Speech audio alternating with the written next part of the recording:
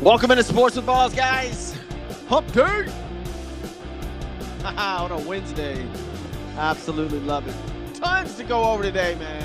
Tons to get into. I'm excited about it. Baseball playoffs coming up. NFL overreactions. NFL underreactions. There's a lot, man. There is a ton. Welcome into the show. I'm Jeff Michael, your host, as always, right here on Sports with Balls. If you're listening on podcast, appreciate you. If you're listening live on what are the 7 platforms that we're on, leave me a comment. I'll try to get to it as soon as I can. If not, I'll hit it up after the show.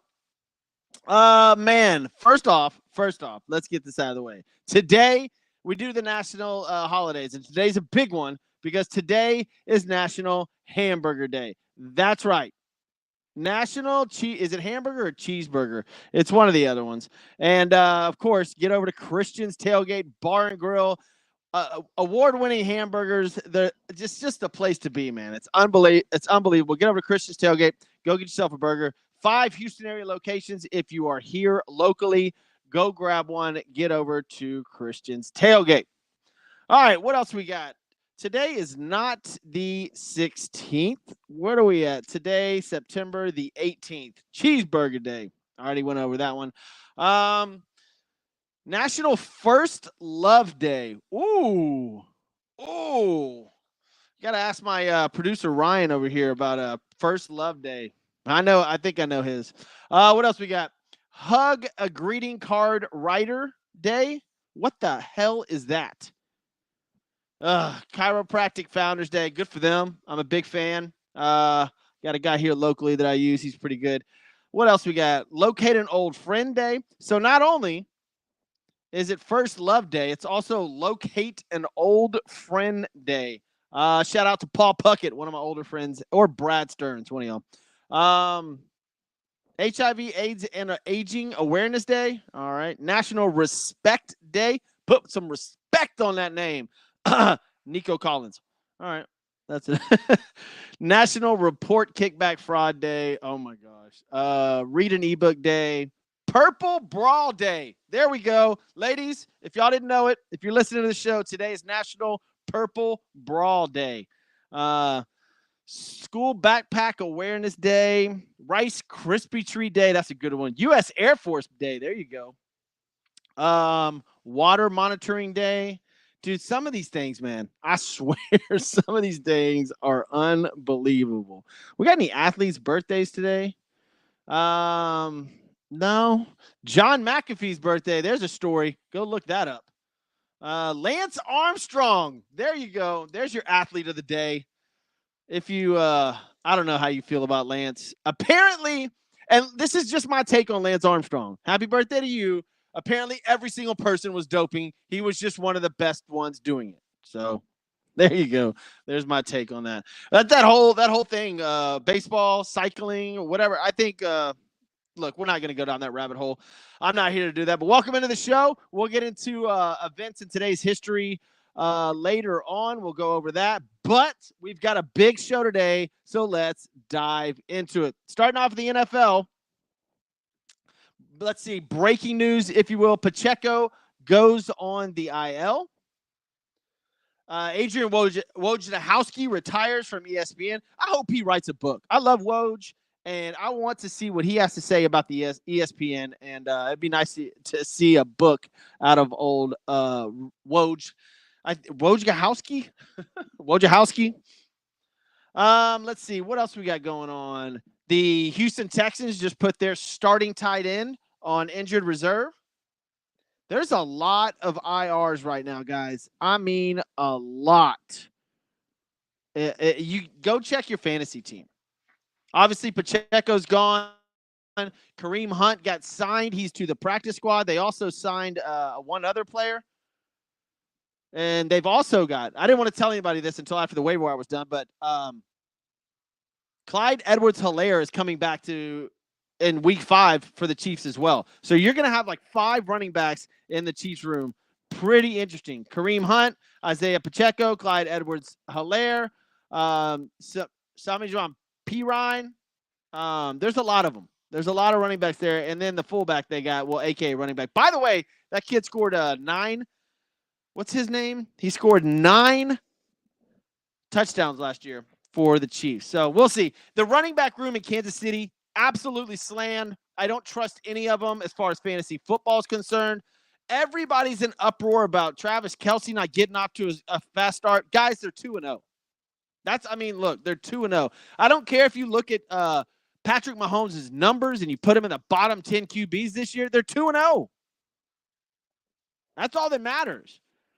And they haven't even gotten their groove. I mean, unfortunately, that's just the way it is. They haven't even come close to catching any sort of groove, and the Kansas City Chiefs are 2-0. So there's two ways to look at it. For me, I'd be scared. Rashid Rice looks to be an all-star or all-pro wide receiver. If Kelce catches fire and Mahomes starts throwing his stuff correctly, look, guys, they're playoffs and Super Bowl bound, I would assume. So I guess the big shocker to me so far this week was when all the power rankings came out and everybody had the Houston Texans in the top 3. That to me is mind-blowing. I like the Houston Texans. I do. I don't think they showed a ton this past weekend, Sunday night. Looks like they're very beatable. I believe they had the Minnesota Vikings coming up this weekend. Tough game. We're going to find out. We'll see. I wouldn't put them up there yet. Tomorrow, as a matter of fact, I'll do my top 5, bottom 5. We'll see if they make the top 5. I can tell you right now who's in the bottom. Tua Tagovailoa for the Miami Dolphins is on IR. I'm on the side of him retiring. I really, really am. I like Tua a lot. I loved him in college. I liked the whole story out of Alabama when he came in and won the game for him. Watching that guy's hands and watch him get concussed like that 3 times already in the last few years is that's tough to watch. Coach, player, I don't know how the NFLPA would allow him to get back on or the NFL allow him to get back on the field. That is a brutal thing to watch. But then again, we saw Damar Hamlin die on the field, and he's back out there. In fact, he was the one that hit Tua to cause him to get concussed. I hate that for him. If I'm him, family means more than anything. He said that numerous times. I know he's a baller. I get it. He's a player. He wants to play. Hang it up, bro. Nobody's going to be mad at you. And as far as the talent that Miami has in there, you guys got to go get a quarterback,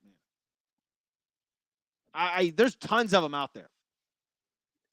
Things like this happen every single year. A starting quarterback with an incredible roster gets hurt, and they just go down the drain. Backup quarterbacks, man. Backup quarterbacks. Let's see who the Dolphins are playing the next 4 or 5 games. Let's see what we got.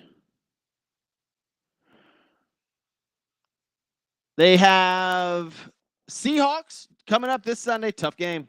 Titans, not that tough a game. Patriots, not that tough a game. Colts. So maybe if Tua's ready by Arizona on October 27th, then they have the Bills, Rams, Raiders, Patriots. They have a fairly easy schedule. I realize the Seahawks are 2-0. Maybe the Seahawks are for real. I just don't know yet. The Seahawks and the Bucks, I think the Bucks are more real than the Seahawks. But, if I'm Tua Tagovailoa, I don't play again this year, and I consider not playing ever again. And nobody would be mad at Tua. Now, Dolphin fan may be pissed off. That's why you got to go get somebody. You have to go after somebody somewhere. There's tons of great quarterbacks out there that could probably lead you to the playoffs. If this guy gets hit, if Tua Tagovailoa gets hit one more time and you see that, what's the consequence then? It's over, right? You're just like, his career would have to be absolutely over. Why even risk that? Are you saying that Tua's never going to get hit like that again? Because I guarantee you he will. Guaranteed he will. That is a rough thing for me to sit there and watch. So we'll see what happens with Tua and the Miami Dolphins in that whole situation over there. Right now, Buffalo Bills are in the lead in that division, 2-0. Surprising, actually. Tight end hasn't played well. They're plus 27 in differential. Are the Buffalo Bills defense for real? Plus 27 in 2 games. I'm not even going to get into the Saints. They're plus 62. That's ridiculous. Saints are plus 62. And they played the Cowboys already. Woo! Patriots are 1-1. Jets. Pittsburgh Steelers. We talked about that on Monday's show. Dude, the guy just knows how to get it done. He knows how to get the best out of his players, man. Justin Fields is 2-0. The Bengals and Joe Burrow 0-2. And Lamar Jackson and the Baltimore Ravens 0-2 with a minus 10 differential. Is that the biggest shocker? The Ravens being 0-2, is that the biggest shock of the entire season so far? Probably. You could say Minnesota maybe, but I would say that's the reigning MVP of the league. They're 0-2, and they don't look good. At signing Derrick Henry in the offseason. This team, on paper and in our minds, should have been blowing people out. Killing, destroying people. They should be the New Orleans Saints, but they are not. Derrick Henry actually is his numbers are not bad. Just they don't look good, man. The Ravens don't seem like they have it together. Now, again, beginning of the show, I told you overreactions and underreactions. This is overreaction for the Baltimore Ravens. If they go 0-3, major problems. Major problems for the Baltimore Ravens if they lose to you-know-who this coming up Sunday. Yep, the Dallas Cowboys. One of those teams is going to walk away from the game this Sunday going, oh, shit. If the Ravens are 0-3, oh, shit. Cowboys 1-2, oh, shit. Guaranteed. That is a huge game and for week 3 of the NFL season. And you wouldn't expect it. If these teams were both 2-0, which they probably were expected to be going into that game, it wouldn't have mattered. So what? You go 2-1, played a good team, close game, awesome. One of these teams is walking out of there with too many losses for week 3. Guaranteed. Let's move on down to AFC West. Well, AFC South, man. The Houston Texans at 2-0 already have a 2-game lead on the division because the Colts, the Jags, and the Titans are all 0-2, and none of them look good. The Texans could almost mail it in by week 8. That's how bad this division is, and we all thought a little bit different. I thought Jonathan Taylor for the Colts was going to come out strong. Anthony Richardson, I thought he was going to have a better beginning to the season. No. Anthony Richardson is really close to being benched. Really close. He does not look good. It is a bad situation in Indy. Jacksonville Jaguars. Man, is Trevor Lawrence, is he that guy? I'm starting to see little seeds of doubt in Trevor Lawrence for the Jacksonville Jaguars that I've never seen before. It just looks like they're off. It doesn't look like they believe in Trevor, and the fan base is starting to think that way as well. So things are different in Jacksonville for sure. Tennessee's playing with house money. They didn't expect to be good this year. If they were, great. If they're not great, it doesn't matter. I don't think Tennessee, they lost Derrick Henry in the offseason. We all know. And so I think the Tennessee Titans are playing with house money. If they lose, it's draft picks, central. Like they're rebuilding. I'll say that. But the Colts and Jaguars should not be 0-2, and one of them probably will be 0-3 to start the season. Who the Colts got this coming up week? Let's see here. Bears. Woohoo! That'll be an interesting game for one of those teams. And then the Jacksonville Jaguars have the Bills. Ooh. It's so funny. The 2-0 Bills against the 0-2 Jaguars, and watch. You're gonna see the Jaguars pull that off. The NFL, man, the script writers there are on fire. There's so many storylines already. It's unbelievable. The Los Angeles Chargers, AFC West. Chargers and Chiefs, both 2-0. Both look good. Chargers are plus 35. The Chiefs look, and the reason I say they look good is what I was mentioning earlier. They look terrible so far, and they're 2-0. They just find ways to win. I know. The referees, man. They just give them the game. It was a pass interference call. Should it have been called? That's a different storyline. There was a hands to the face that maybe shouldn't have been called prior to that. Bottom line is Chiefs are 2-0. Raiders 1-1, a surprising 1-1. And the Broncos with Sean Payton and Bo Nix look terrible. I expected more. I was a Bo Nix fan. I expected Sean Payton to have his offense somewhat running. And they're 0-2, and they don't look good. They do not look good at all. Before we get into the NFC, I want to thank a couple of more people. Number one being my man Wesley Butler over at Butler CCS, man. Water, fired, mold, whatever you got, man, this man will take care of it. They are water damage restoration. They are master water restorer, ICRC certified firm. They have all the certifications you need, plus insurance. They will take care of anything you got going on. Your house is flooded, you've got fire, anything. If you need a new roof, call Wesley Butler at Butler CCS. Look him up. He is the man. Also, coming up this weekend, Conroe Sports Cards and Collectibles Show. Free admission, 200 plus tables. They've got a giveaway with CJ Stroud. They've got all kinds of stuff going on this weekend. 2 weeks ago, we had one in Katy, and it was absolutely unbelievable. Get to Conroe Sports Cards and the Collectibles Show this weekend. It's at the Hyatt Regency in Conroe, Texas. Place will be jumping. Go to Sports with Balls on all your social media outlets, and all the information will be up there for both of those companies. All right, off to the NFC. NFC East, Washington Commanders 1-1. The Philadelphia Eagles after Saquon Barkley's drop pass 1-1. I think. Who was happier? Were the Cowboys the happiest when they watched Saquon drop that ball? Did it sort of brush off a little bit of that Saints ass whooping? That's what I think, because they were like, "Whoo, Eagles lost." Because if the Eagles would have gone 2-0, Cowboys 1-1, it would have hurt a little bit more. And we're not even going to touch the New York Giants situation. We'll let that unfold as the season gets going. Minnesota Vikings 2-0, surprising, very, very surprising. That division, I think, will be a lot of fun. Look, the Packers, we already talked about this. And by the way, Malik Willis, who got traded or let go from Tennessee, will be facing the Tennessee Titans this week.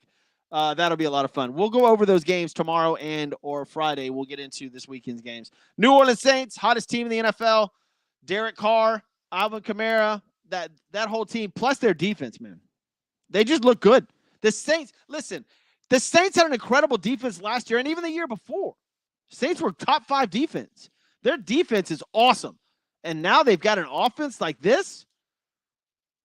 This is one of the shockers of the NFL right now. I would put them, look, I'll do my top 5, bottom 5 tomorrow.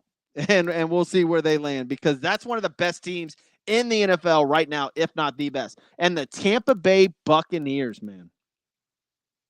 Do you know the Tampa Bay Bucs have more wins than any other NFL team since 2020? The most wins in the entire NFL go to the Tampa Bay Buccaneers. Granted, they have Brady for one of those, but this just proves that last year was not a fluke. Y'all, this team is good. Baker Mayfield making an absolute name for himself. He does this the entire year and or continues it next year. You're looking at Baker being a top 5 quarterback. That guy is on point right now. Derek Carr, Baker Mayfield, Gardner Minshew, these are your leaders in the NFL right now. Not Pat Mahomes, not Josh Allen, not Lamar Jackson. Nope. It's Baker Mayfield, Gardner Minshew, and Sam Darnold. These are your quarterbacks in the NFL right now that are blowing people out the door, man. Absolutely insane. Seattle Seahawks playing very well, 2-0. Geno Smith has them rolling. Watch out for the Arizona Cardinals. Obviously, we saw Kyler Murray get going last week with Marvin Harrison Jr. That's going to be a lot of fun to watch as the season goes on. And the Los Angeles Rams, who were kind of a sneaky pick for me, have absolutely been decimated by injuries. Looks like Puka's out, and now you have Cooper Kupp out. And so that's going to be tough. That's going to be a tough road for them. So there's sort of your NFL rundown on what's going on in the AFC and NFC. Like I said, we'll get into this week's games either tomorrow and or Friday. We'll go over my picks for that. But guess what is coming up? The Major League Baseball playoffs. We are 12 games away, basically 13 days away from playoffs in Major League Baseball. This and the wild card races are on. I'm going to go over these with you right now. The 3 wild cards in the American League are Baltimore Orioles, Kansas City Royals, and the Minnesota Twins. But the Detroit Tigers are a game and a half after going 8-2 in their last 10. They're a game and a half out of that final wild card spot. That's right. The Detroit Tigers, who no one thought was going to make it to the playoffs, they are a game and a half back and look to be getting there. Look, the Seattle Mariners are 3 games back. They're in the division with Houston. Now, the Houston Astros and the Seattle Mariners play a 3-game set in 4 or 5 days from now that could mean a lot. Astros are 5 games up at this point in the season right now. If they go 6 or 7 up, it's over. We understand that. But it could get tricky if the Seattle Mariners are in striking distance in about 5 days when they go down to Houston and have a 3-game set. That'll be very interesting. After that, you've got the Boston Red Sox 5 games back and the Rays 6 game, and then it's out after that. I don't think those guys have a chance. A's eliminated, Angels eliminated, and the 36 and 116 Chicago White Sox are eliminated.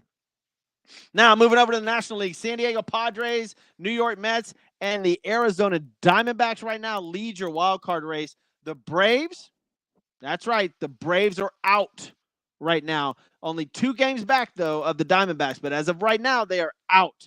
And the Chicago Cubs are 6 games back. And the St. Louis Cardinals are 7 games back. Eliminated teams are the Pirates, Nationals, Rockies, Marlins.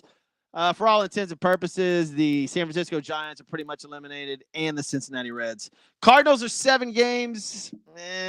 I don't really see them making a push, but we'll see. Your true contenders right there are the Braves. Cubs are 6 and Cardinals are 7. I don't see that happening. But both those races seem to be getting very, very, very interesting. And you gotta understand that the standings in the divisions are also very tight in those. I told you about Houston and Mariners. Mariners are 5 games back in Houston.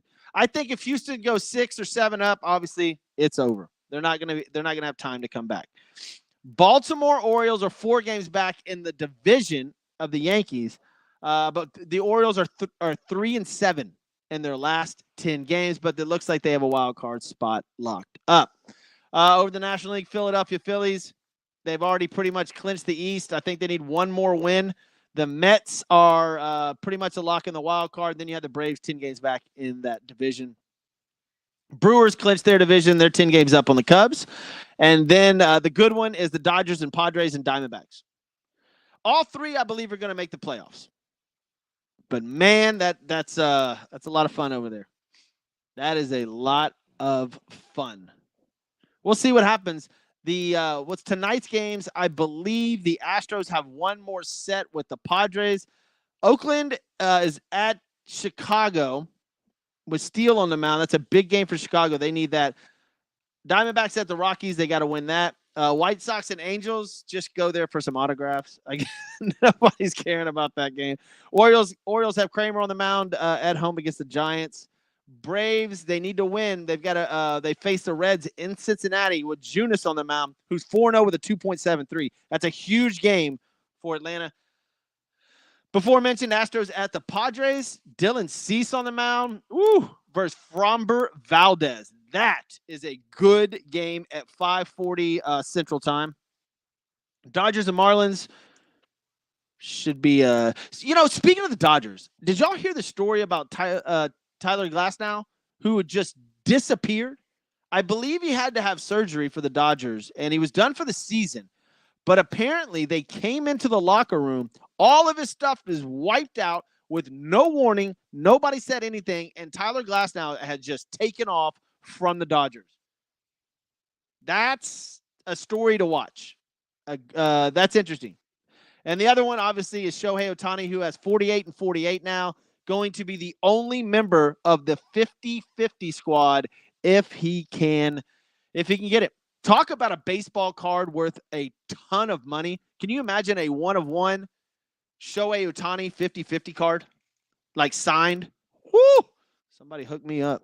Twins and Guardians at 540. Great baseball game right there. Red Sox and Rays, another good baseball game. Nationals at the Mets, Tigers at the Royals, Phillies at the Brewers, Pirates and Cardinals. That'll be fun just for if you're there. I went to the St. Louis Stadium for the first time this past year, and it was phenomenal. Blue Jays, Rangers, and at the end of the night, Yankees at the Mariners. Cortez versus Miller. All right, today's events in sports history. Let's see if we got some good ones in here. Baseball record. Future Hall of Fame pitcher Red Ruffing hits 2 home runs to beat the St. Louis Browns 76 at Sportsman's Park in St. Louis. I was just talking about that. Joe Louis KOs Tammy Morello in the first round for a heavyweight boxing title in 1946. The late, great Joe Louis. Let's see. Willie Mays hits a record-tying 9th home run at Ebbets Field, ties Joe Adcock. 1956, Mickey Mantle is the 8th to hit 50 home runs in a season. I bring that up because obviously Shohei Ohtani has 2 more to get to 50, and he'll be an exclusive club. I don't know exactly how many people are in that 50 home run club, but he'll be there. Do you count Sammy and McGuire in there and Bonds? Because that'll be interesting. Mickey Mantle also celebrated his 2,000th game at Yankee Stadium this day in 1965. In 1966, Baltimore quarterback Johnny Unitas throws 4 touchdowns pass as they beat the Minnesota to surpass Y.A. Tittle as the NFL's career leader with 212. Johnny Unitas finished his career with 290 touchdown passes, way before his time. Great player. 1976, Cleveland Indians player/manager Frank Robinson's last game as a player. Wow. And it's Brooks Robinson night in Baltimore this night in 1977. Let's see. Tim Raines stuff. What else we got? 1987. Trying to find some more interesting stuff. Let's say the Ducks. The LA Mighty Ducks play their first NHL preseason game against the Penguins in 1993. Roger Clemens ties his own Major League record with 20 strikeouts on this day in 1996. That's awesome. And Wayne Rooney was banned. England football player Wayne Rooney pleads guilty to drunk driving. Is banned for driving for 2 years this day in 2017. All right, guys, it's National Cheeseburger Day. Get over to Chris's Tailgate. Go to chrisstailgate.com. Find one near you. You got flooding? You got a mold problem, you got a fire in your house, you got anything, get in touch with Butler CCS. Call them, get in touch with them, look on Sports with Balls, or just go to Butler CCS on your any social media site, pull them up, get in touch with Wes over there. He will take care of you. And also, this coming weekend, Conroe Sports Cards and Collectibles Show, 300 or 200 plus tables, free event, absolutely phenomenal. Get over there. I'm Jeff Michael.